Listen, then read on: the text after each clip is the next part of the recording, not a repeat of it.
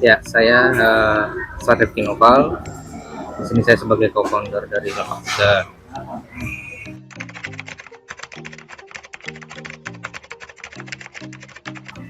Dari tahun 2017. Ya, yang mana di tahun ini sudah hampir berjalan selama 8 tahun.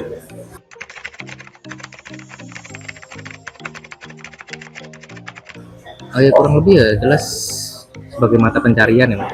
Membuka lapangan pekerjaan lah. Yang mana di Indonesia ini kan kurang lapangan pekerjaan. Dan juga mensejahterakan masyarakat sekitar gitu.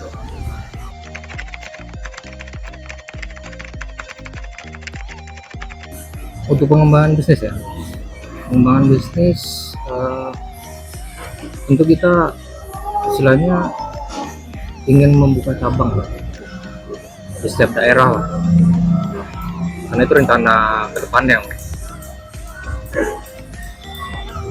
Ingin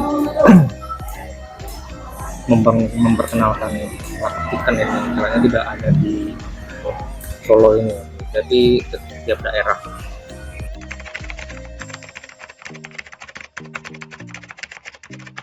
Untuk ini saat ini udah 4 cabang, cuma yang satu franchise di dekat Universitas Negeri Surakarta itu. Di UNS, dekat UNS satu, di sini satu, di Jogja ada 2, di Sturan sama dekat UNY juga. Tentu dari modal sih, Pak. Mana ya kita perlu modal buat membangun ya. Cuma sebelumnya kita selalu benar-benar dari yang kecil lah, sebelum menjadi besar seperti itu. Dan juga tentu dari letak strategisnya, bagaimana kita mencari lahan yang luas sehingga terjangkau buat para customer buat makan di sini. Untuk persaingannya jelas kita berani karena kita merasa beda ya dari yang mana kebanyakan menggunakan bahan daging dengan tulang, sedangkan di sini kita menggunakan bahan makanan tanpa tulang, filet. Perkembangannya alhamdulillah lumayan pesat ya, terus berkembang ya. Dari ya kelihatan ya dari entah tempatnya dan juga banyaknya sudah dari pelanggan-pelanggan yang sudah setia untuk makan gelapak ikan. Jelas dari ini ya, omset ya. Misalnya perkembangan omset itu menentukan jelas intinya berkembang atau tidak gitu. Dan juga dari banyaknya orang berkunjung buat makan, yang tadinya mungkin seberapa sekarang menjadi lebih. Jelas kita lebih ke promosi ya, promosi melalui media sosial gitu. Misalnya yang kayak banyak kan orang sekarang lebih mengandalkan media sosial sebagai ya mereka mencarinya ingin makan apa sih gitu. Istilahnya yang menarik gitu. Dan istilahnya kita juga menyediakan beberapa konten buat memasarkan seperti kan ini.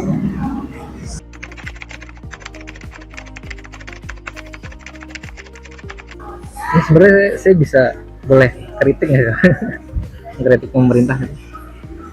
Jujur malah nggak ada dari pemerintah itu dukungan. Ya istilahnya kita malah survive gitu. Kayak malah dari bahan pokoknya aja semakin meningkat gitu. Entah karena faktor apa gitu. Padahal yang mana sepertinya bahan pokok pun tidak langka, ini malah meningkat terus gitu.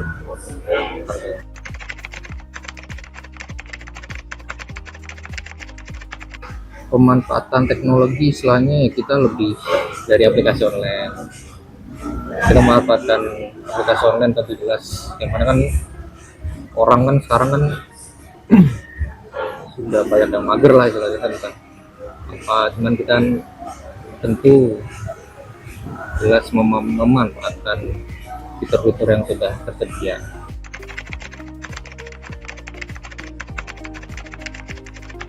Resiko tentu paling semua, tapi semua yang usaha pasti ada yang namanya resiko jelas.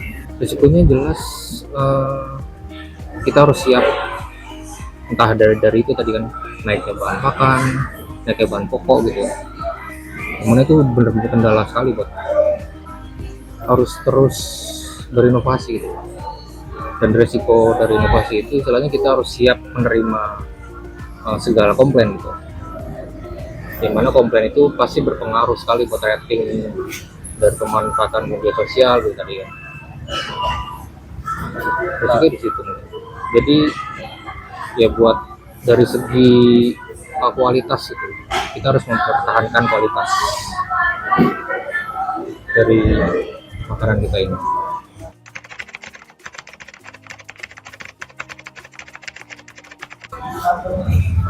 Dari pandemi kemarin istilahnya kita tentu yang namanya penurunan omset itu jelas dan itu terjadi di mana-mana pasti kan. Dan cara kita ya tentu dengan istilahnya tidak menaikkan harga, jadi tetap dengan harga yang sesuai gitu, sesuai dengan kantong target pasar kita lah itu, dengan ramah. Dan kita memang jarang sekali buat naik harga karena pertimbangannya itu cukup berat ya, buat menaikkan harga.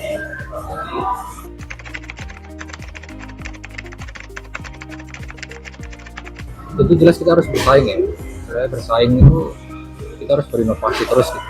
Apa sih yang menarik dari brand kita gitu? Kayak apa yang menjadi ikonik kita gitu.